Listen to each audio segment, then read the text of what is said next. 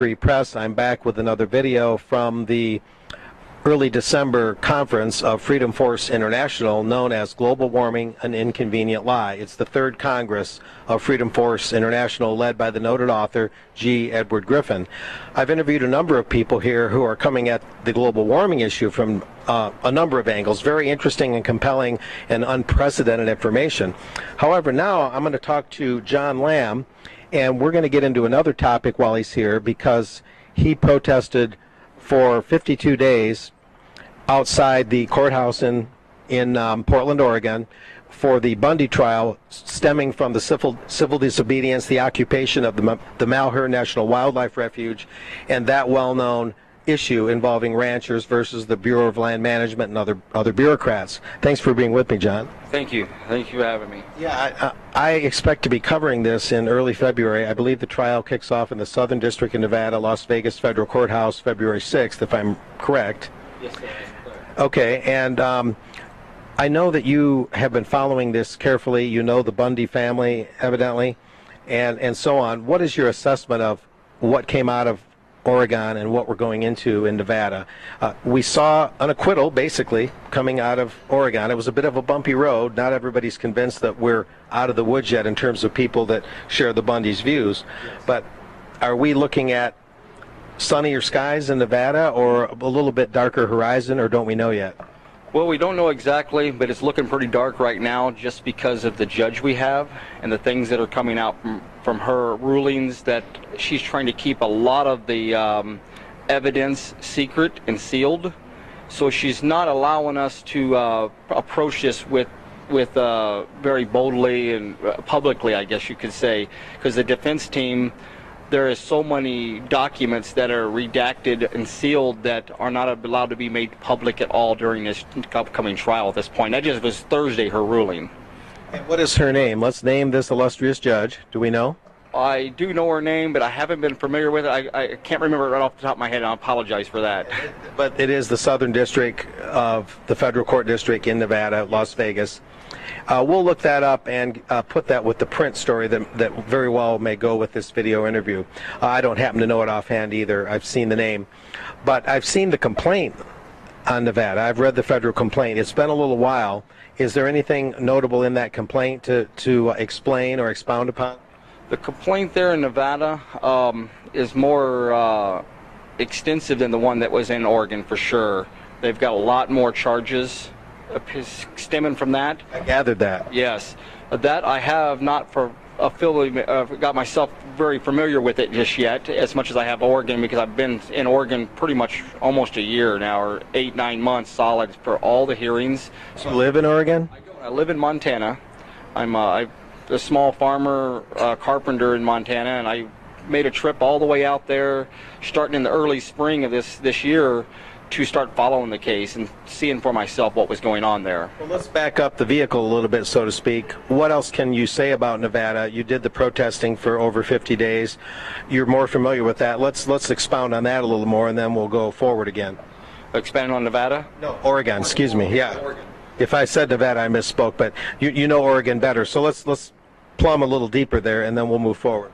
Yeah, I made a trip in the early spring out to Oregon, to Burns, Oregon, to just see for myself what Burns was about, see if I can meet some locals there that had been there at the refuge, to get their point of view. I made a trip a couple different times out to the memorial site where Lavoie was killed there along the highway. I even spent 5 days out there camping right there at that spot, just with myself and a few other guys, just analyzing the situation, what we could see by the video and what we could find there. Was it in fact the right spot? There was no misrepresentation on where this happened? You were at the exact spot that the feds claimed it was, and the whole 9 yards, that all added up? It definitely was. I was at the exact spot that it happened. I confirmed it. There was the skid marks still a little bit on the road. There's marks in the ditch. Plus there was a lot of markings in the ditch as flowers and memorial stuff that people have been posting there and leaving there across. We also ended up finding, while we were there, a pair of Lavoie Finicum's glasses that were in the snow that the feds or the police did not recover, and we actually returned those to his wife, Jeanette Finicum. Well, that's very interesting. They weren't exactly thorough. I suppose losing things in snow happens, and that's the way it goes. But, okay, so when you were protesting, what were you protesting about? Although that's somewhat obvious, I don't want to assume. What you were assuming that maybe they wouldn't be acquitted, and it looked like they were maybe going to be railroaded, correct? Before the verdict, and they had already shot Lavoie, who was raised foster children, seemed by all accounts to be a extremely Christian man, hardworking, charitable, reached out to troubled children. I mean, you know, really the salt of the earth type guy. So, you know, he's already gone. You've got this trial not looking so good. So for a while, it must have looked pretty grim. It did. I thought they were going to get an unfair trial from all that I was hearing from the media. Who they were portraying them to be as militiamen, armed, dangerous. You think these guys were very scary people. So when I went there, I started visiting these guys in jail. They allowed that. I got on their visitation list. I wrote them notes and letters, and I started spending my all-day Saturdays and Sundays every week there visiting all the guys. Any guy I could just spend for hours visiting each one of them in jail. So I got to know them fairly well. All the Bundys, Ammon Bundy, Ryan Bundy, and multiple other guys that were there too. Some of them I seen them in court because I went to all the hearings. If they had status hearings or update hearings, whether it was for a release hearing. Several of them got out of jail while I was there. Sean and Sandy Anderson from released totally. Released until pending trial, till court. Yes. So some of them got out on pretrial release out of jail there, pending trial until the jury trial started. And some of those are like Daryl Thorne. He's from Washington. Sean and Sandy Anderson, a husband and wife. They were two of the last ones that left the refuge, that stayed there after Lavoie was killed. I've met them multiple times and been supporting them. What was the highest number of people at its peak at the refuge, and then it dwindled down? What was the high peak and the lowest amount, just for the record? It started out about a dozen, 15, and the highest peak was about 40 people. And then dwindled down a few at a time. Yes, it dwindled down. And then the very last, yes, there was 15 people again left after Lavoie was killed. And it took several days for those 15 to dwindle down to 4 people again after the FBI was shutting it down there. Although I've never met them, and what are Ammon and Ryan Bundy like? I mean, there are some that say, even patriots that say, maybe taking over that refuge building, although they saw it as civil disobedience, a unprovocative, no nonviolent occupation to make a point about land rights and things like that. Did they make a mistake, do you think? I mean, would there have been another way? So I think this is like when they took over the parks there in Portland and they occupied those for almost a year. It's about the same thing as a building. The building was empty. They were doing it peacefully. They were doing it to make a statement, just like Occupy Portland was trying to... The big Occupy movements, like in Manhattan. Yes, and I met those people while I was in Portland. Occupy Portland, when they was occupying places for all around the country. They were doing it what they thought was right at the time, whether I agreed with that situation. They did that the same as Ammon and them. They went to a building that was unoccupied. The workers were on leave from work, so there was nobody there. The doors were open. They didn't tear up anything. They were making a statement. They didn't want the building to keep. They were making a statement as a protest, and they wanted their grievances heard about the Hammonds and the situation there with the Hammonds going to prison. And they knew they had to do something drastic to be heard. And this is the perfect time to bring up, to some extent, the idea that, the fact that of the 40 people there at the peak, 15 of those were government informants. Evidently, that's been factually established, and of those, we know the names of up to 5. If that's true, and I believe it is, I have no reason to believe otherwise, the idea of having government informants there certainly would have been, among other things, to try and provoke them to do something that they normally wouldn't do. Did that ever happen? Did anybody try and... It definitely did. So the 3 that I can name right off the top of my head right now was one gentleman by the name of John Kilman. And that gentleman there was hired by the federal government to bring weapons in, ammunition, and to try to teach them how to shoot those weapons. And they actually set up a shooting range, and they had been there for almost 2 weeks. No one had done any shooting, nobody had done nothing until this informant showed up. And he says, hey, I'm ex-military, I'm this and that, I'm well trained in weaponry. Let me train you how to do this in case you get raided by the federal government. So he taught, and this was on the stand. This was a testimony that he gave on the stand under oath. And so he was the one that taught them how and set that situation up. We had another lady, her name was Terry Linnell. She came from California. She knew nobody when she came. She was told to go in there and just inform on different individuals or activities. She came there as they just welcomed her in, they didn't know her, and she became one of the cooks there. And she gathered information for the FBI. So one was something more of a provocateur, the other's more of just a listening device. What about the third one? The third one was Mark McConnell, and he came there wanted to work as a bodyguard, and he ended up becoming Ammon Bundy's driver. And he was the one when Ammon Bundy got arrested. He's the one that had the weapons on him. Ammon Bundy and the other gentleman that was in the Jeep with the informant was both unarmed. Was that before or after Finicum was killed? That was just before he was killed, just within moments or 15 minutes before he was killed. So lo and behold, the butler, Cadbury the butler, aka driver, happens to drive him right into what appears to have been a trap. Yes, he set the time up for that. And that's documented too. He's the one that planned that stop with the FBI.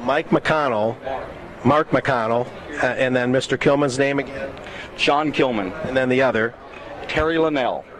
Okay, we've named those. Are there any others that can be named? Only if we have certainty, only if we have a... I have certainty who they are, I just don't recall the name. And one of them is a rancher, and his son that actually borders the Malheur Refuge.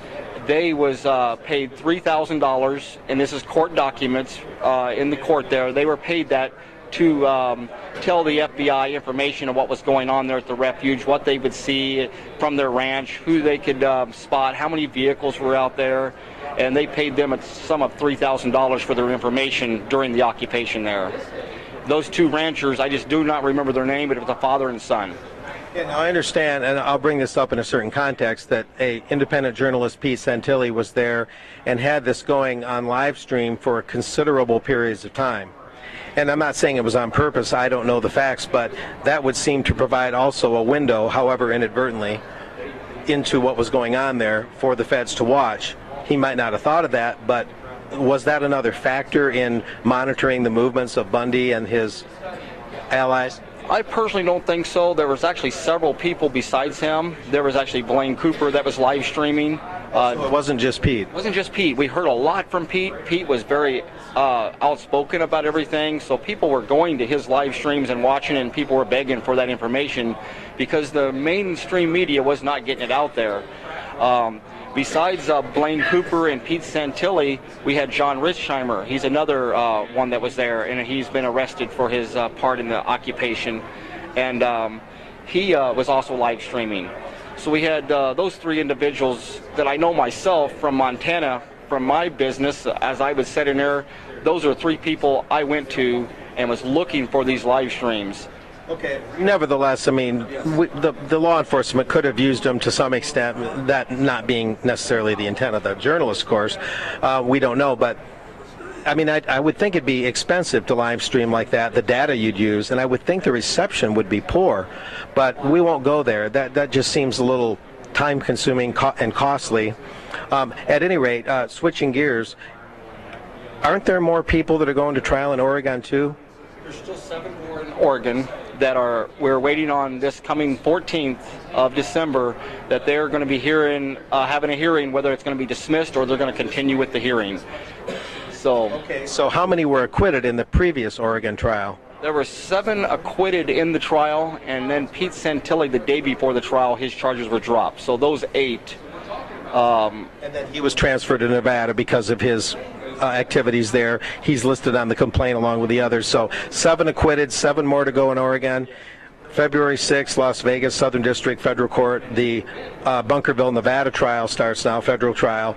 How many are going on trial there? Do you know offhand? Yes, I do. 17 of them.